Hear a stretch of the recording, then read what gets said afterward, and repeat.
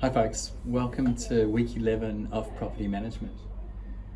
This week we're still in that critical functions of property management, but we're talking about performance management. So we'll go into that in a little bit more detail. Okay, so your learning objectives are going to be to understand the importance of effective performance management and its various industry standards, benchmarking relating to operational, physical and financial aspects of a property portfolio. We'll also look into to know the various data systems used for reporting to support management and investment class of properties, and to understand the role of property professionals in the planning, acquisition, refurbishment and disposal strategies that require major capital expenditure. So that's going to be our focus towards that end. As an introduction, we can go along and say success comes from performance management. It's very easy to go along and be tempted to go along some broad kind of sweeping ideals of what we would like to achieve. But to really be able to measure something is, I guess, really to be able to check to see whether we've delivered or not. So it is quite important that we go along and actually use performance management and use that as a mechanism to define success. Okay. And enterprise-wide management system, a process of deploying the organization's mission and vision and aligning operations, enabling rapid directional changes and incorporating them quickly. So what we are really kind of talking about there is we've focused quite significantly in our discussions about talking about this vision, mission, and making sure that there's a flow through that continues throughout the system. So part of our performance management is we've got this ideal, we've got this framework, we've got these kind of initiatives, these objectives, these projects, these programs to go along and perform this. And this is, I guess, that closing that loop and going along and actually looking into how that's working. And I guess if it's working effectively, then it can also be quite proactive in going along and saying, well, look, this is not quite achieving what we need to do, so let's shift, let's pivot, let's change. So this performance management idea is critically important. It also focuses on priorities and results, and it defines and reinforces accountability. And this lecture will provide an overview of performance management, including reporting systems and asset revaluation. Okay, so we spoke about its importance. It must be measured, and it must be tied into those corporate objectives. If you look into, I guess, how we teach and we assess you guys, we're under a similar framework. We've got to make sure that we have these learning objectives that we hope that you'll achieve as students. And part of our exercise is to design, I guess, the learning environment and the assessment to go along and meet those particular learning objectives.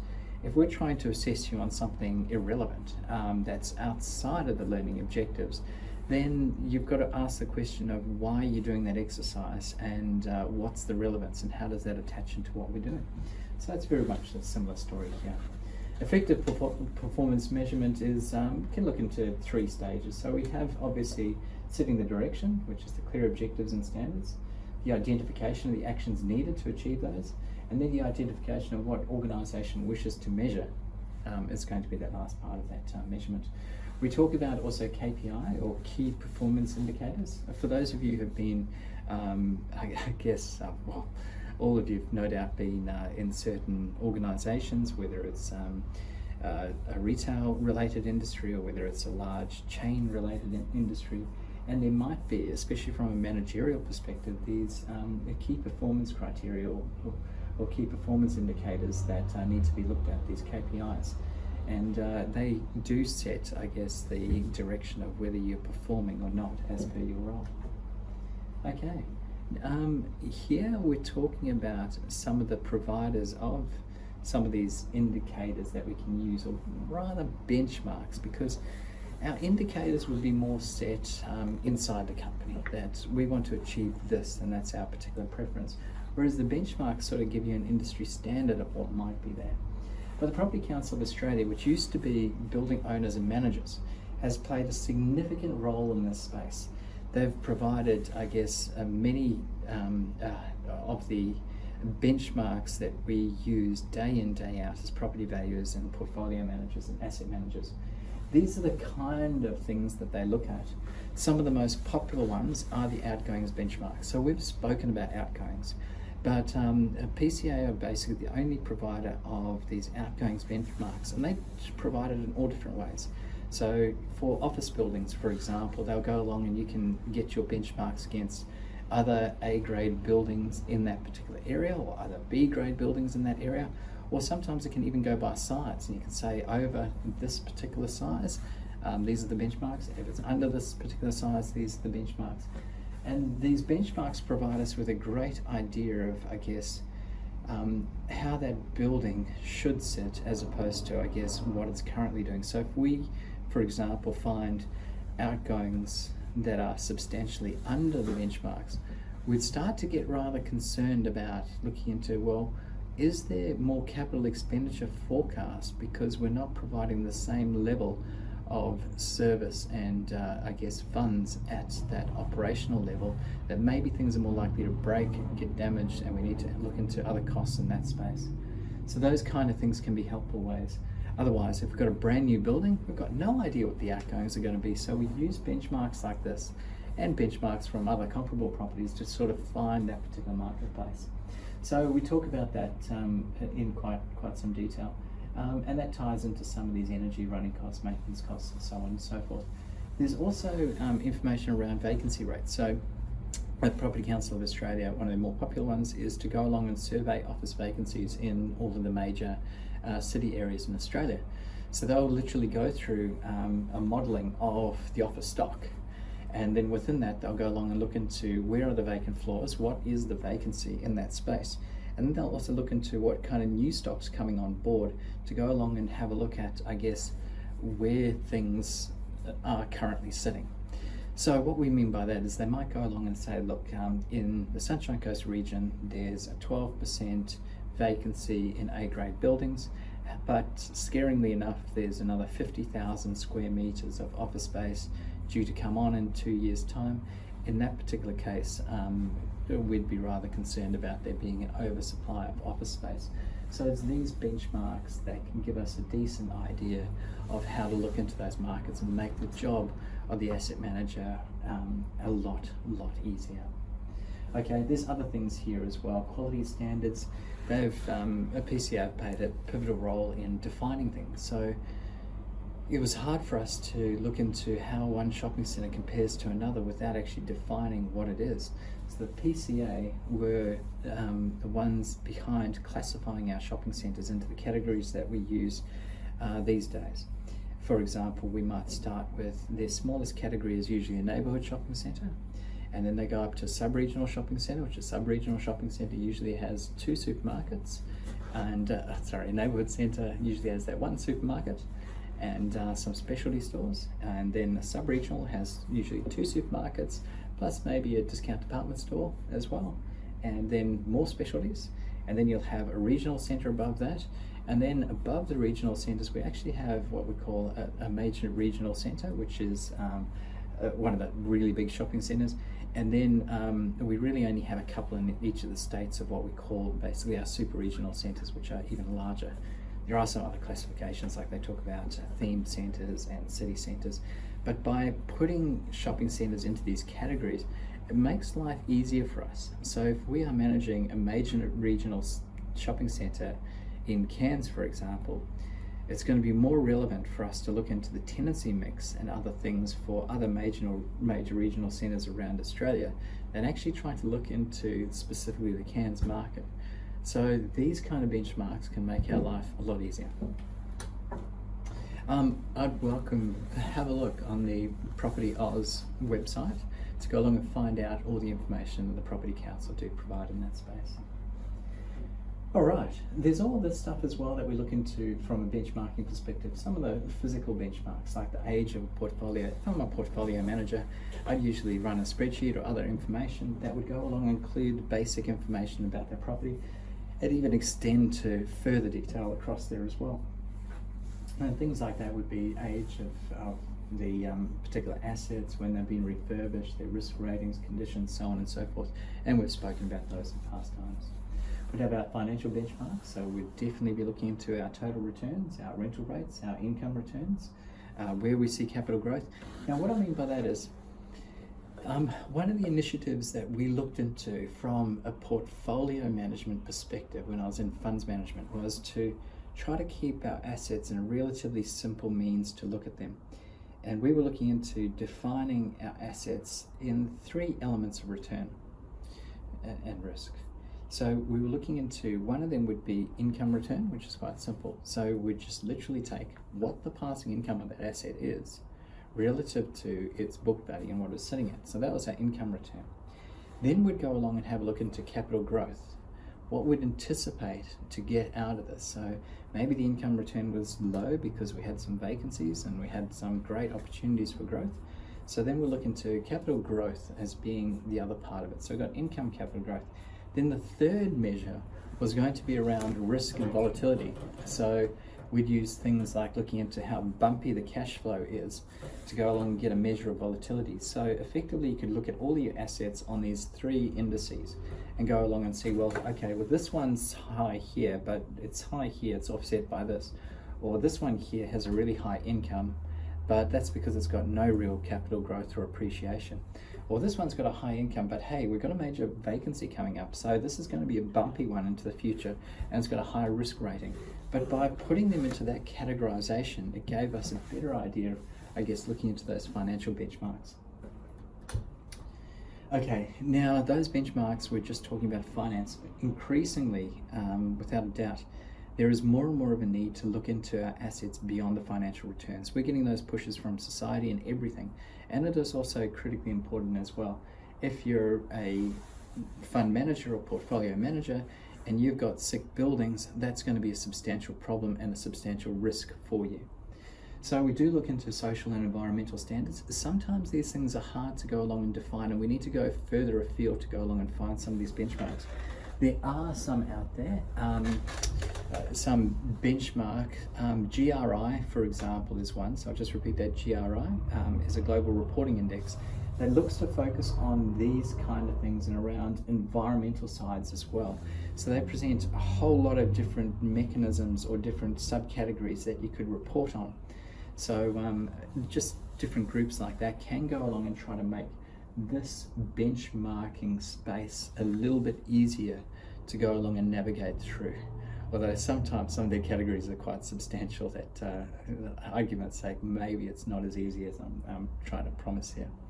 Okay, so whether we go along and talk about social, environmental, whether we talk triple bottom line, whether we talk key issues around a lot of our really, I guess, our more social sides with regard to native title, heritage contamination and other matters, all of these things, whether you use the term sustainability or other, there are important considerations in each of these elements that can go along and be used to go along and define your asset and find out how it fits in the mix. So I'd encourage you to have a look into different sources of information. Please don't get caught up totally in triple bottom line. The idea of sustainability is usually a much deeper concept than what we present in triple bottom line. Okay, so back to key performance indicators. We've spoken about benchmarks and give us an idea of, I guess, the holistic side and what's happening in the marketplace, what's happening with the competitors, what's happening in our particular area. KPIs are quantifiable measures that assist in an organization defining and measuring its progress towards specific business targets. They tend to be internal yardsticks. They're set against predetermined outputs, usually set at a strategic level, and they measure progressively, usually over a financial year. An analysis of KPIs should follow each auditing period and determine the reasons for any performance shortfalls or success stories. And KPIs can change from year to year as an organization develops and matures. Okay, systems and reporting. It's all very nice and well having this, but we need to go along and find different ways that we can go along and report this information, capture it, and so on and so forth. So we talk about that a little bit in here. We talk about data and management of data. This space is changing very quickly. A few years ago, you wouldn't consider using the cloud for your majority of your information. There was some apprehension about it, but these days we use cloud for a lot of our storage of information. And whilst people like me still love to use relatively robust systems like Excel to go along and store data, there are more effective means, and there are, I guess, secondary products out there that can go along and make this exercise a lot easier for us. Data and information, we're talking about records and facts, but by, I guess, not just capturing this, but actually doing something with it, we can have something quite powerful to shape our market, properties. Now, I'll use an example here of probably a lost opportunity which hasn't been pursued, and probably legally cannot be pursued either. But banks, for example, collect a whole lot of valuations. They're day in, day out, they're collecting a vast array of bank valuations from all different suburbs, houses, commercial assets, and that information comes through the door at the bank. Now, they'll use that obviously to assist their credit applications and to look into what kind of backing there is on that particular mortgage. But if you could take all the information out of those valuation reports and have them actually stored and accessible in a particular way, so if somebody models a discounted cash flow for a set commercial building, and you can go along and actually look into that and see how that's tracking relative to others, that kind of data and information could be phenomenal in actually understanding how markets are changing, and also looking into how we're assessing things and how we should be better assessing things. So I guess there's a quantum of data in that space, which for other legal reasons might not be able to be accessible, but if there is another means, if there's an AI or some kind of machine learning system that can go along and navigate its way through that, it's likely to make connections on things that we haven't even imagined that could make, I guess, anticipating market changes a lot easier. Okay, enough yabbering in that space. Let's get a little bit more grounded. GIS has come a long way, and we can see how GIS and LIS systems have gone along and reshaped how we can access property information and how we can do it easily. So RP Data, for example, has pretty good mapping systems in it where if you're trying to find out a particular property, you can usually go to a property in the nearby street and move through the mapping system to find the property that you're talking about, click on it, search its sales information, find out its real property description, so on and so forth. This is making our life a lot easier. Local councils hold different sets of data around town planning applications and other in similar systems that have got GIS, I guess, assisting the way. And you can now navigate your way through local council areas, find out where there have been approvals, where approvals have been denied. You can find out all sorts of information regarding flooding overlays, about forestry overlays, heritage overlays, and so on and so forth. It makes our job essentially a lot easier being able to access that information. I guess it takes off some of the inquiries that might come through council as well by making that information publicly available. There's always some risks, and in the past I guess there might have been a justifiable reason why undertaking of the search was something novel and direct and you should be remunerated for, whereas now it's relatively easy to get your hands onto this information absolutely free of charge. Now I've got an exercise here to do. If you haven't done it before, as part of evaluation if you're part of the Bachelor of Property, you would have done this before, but if you haven't, I encourage you to go to your local council. And I mean that, go online, find your local council, navigate through their website to go along and find their equivalent of something like PD Online or their online mapping system. And get through that. There will most likely be a privacy notification. It might be hidden under town planning or something like that, or approvals. Somehow you'll find this system. Then it'll usually go along and say there's some kind of privacy attachment. You need to go along and say yes, that's okay to access that detail. Once you go into that environment, you will usually be able to search via a property. So you could go to your own home and find out, and then find out about your property, its overlays, and so on and so forth. But there's usually other functionality within the mapping to go along and actually zoom out and have a look into the zoning of your property relative to others. Have a look into how the natural landscape, whether it's an ocean, whether it's a river or a creek, influences those zoning changes, how, I guess, some of the forestry or native vegetation overlays work and how that fits together. Either way, you find that it's an incredibly powerful tool, and it can be a good little journey through that as well. And the aerial photography can be phenomenal. Sometimes they'll even have aerial photography at different dates. And so you can go along and have a look at your toggle between overlays to find out what this area looked like at one point in time and what it looks like now. All of this is usually available free of charge through your local council.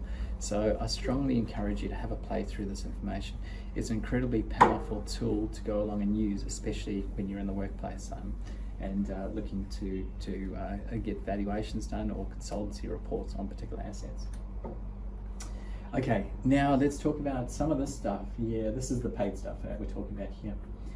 They're things you might have come across in the past. RP data, you guys have got access to that through, I guess, our gateway. We'll talk about how you got access to that information. You've probably played around with it. It's a very interesting and handy tool. CoreLogic, who are behind RP data, have actually extended what they have. So they've absorbed this thing called PIMS as well, which, or PIM, property information. Here you'll find stuff like sales and leasing transactions for lots of those different areas. In the past, it was focused quite heavily on newspaper material, so it'll pick up stuff from what was reported in Friday on the Courier Mail in Brizzy, for example, and put that information into their system. Now just be wary that if it's information that's taken from a newspaper and presented in that environment, while it would be referenced as to where it came from, you could imagine that RP data information taking sales from State Valuation Service or QVAS is going to be far more reliable than something that's coming as secondary information from a newspaper. So usually in this space here, using this tool, you need to confirm all those details before you actually use the information. But a fantastic identifier that there's been a new lease of this particular space at this particular point in time. Now let's find out the details of it. There's this, which is more specific to retail, lease info. If you work in the retail space, you'll probably go along and use it.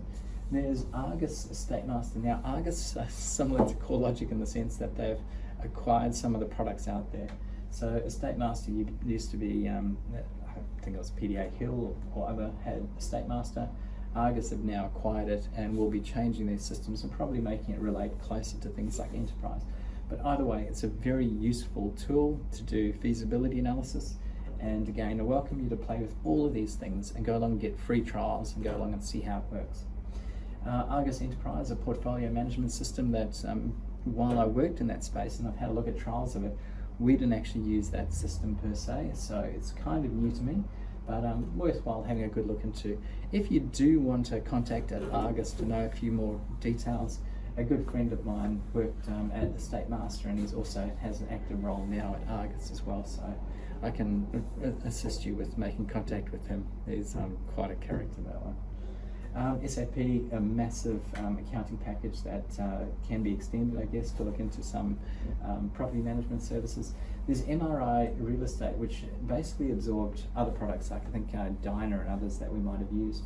Yeah, it's just important to be aware that these larger groups evolve, change, purchase different elements of them, and sometimes we need to update our notes like I have this time to keep it up to date with who owns what. But a lot of these guys do provide these tools. I guess what they're hoping to do is to provide that promise that if you put your information in any place, you're going to have access to it everywhere that you want to, so that there's no double handling of information, no errors, and that this can be your one system to do everything. Most of the time that's a bit of a pipe dream, and almost practically there's almost always going to be a couple of different systems that are run through an organisation to deal with property management and reporting details. In-house is probably quite important. Entities like Stockland, for example, are big enough that they've spent a whole lot of money developing in-house models, and some of the larger groups will do just that. Okay, reporting systems and reporting, we have spoken about some of this kind of material before, but there's obviously having the right kind of reporting and making sure that it's vested in the right kind of space, and that the right kind of people have those particular access points is really important, and that you can have some of the stuff like the statutory information that you need to have when people inquire readily and accessible where and when it's needed. Now, we have spoken a little bit about major property transactions at different points in time, but if we do go through a major property transaction, that is usually, maybe it's part of a portfolio and you go through that acquisition exercise. There's usually a justification for that acquisition in a few different ways. It's not just that it provides a good income and it's a good looking building, I like the look of it. It needs to go along and, I guess, enhance a portfolio if we're going to go and put it in there. So what I mean by that is it needs to be able to improve in some way the portfolio, whether the portfolio needs to expand in size, whether it needs to deal with a risky period in year 3 when we have a significant vacancy across different properties, and then this one has a nice stable income in year 3. Whatever its justification, it needs to be, I guess, enhancing the existing portfolio to really justify its means. And there will be mandates and other things that guide that way.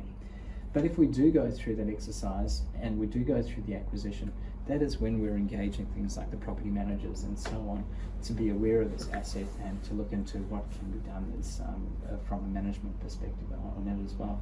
Now, that's talking about acquiring. Disposal is exactly the inverse. If we go along and find a particular asset that our portfolio does not particularly need, and there might be a very good reason to go along and dispose of that asset, and again we'd be looking to enhance the portfolio in some way by doing that particular mention. And also with regard to relifting or redoing or rebuilding, you're likely to have a few assets there that are set and prime and ready for redevelopment. Again, you need to know that you've got the right kind of strategy and direction behind that. Are you just doing that refurb because it needs a refurb, or are you doing that refurb because ultimately it's going to enhance the rest of the portfolio by having a greater tenancy profile, income profile, so on and so forth? So again, whenever we make the decisions around major transactions, we're looking at it from a betterment of the portfolio perspective and whether it actually does make sense to go along and do this particular venture. Okay. So key points to pick up out of this one is hopefully provide an overview of the important performance measurement systems and reporting functions, an effective performance measurement and its management can ultimately work towards achieving those corporate goals. Property information management systems is the lifeblood of any property management organisation, and if things fail on that perspective, you'll probably find people going out for coffee because we do live and breathe the systems that we have access to. The property professionals also need to be fully trained and prepared to competently manage those major projects to achieve those successful outcomes. As always, there's further references and other detail included in your study guide, and I look forward to catching up with you next week for your tutorial. All the best for the studies.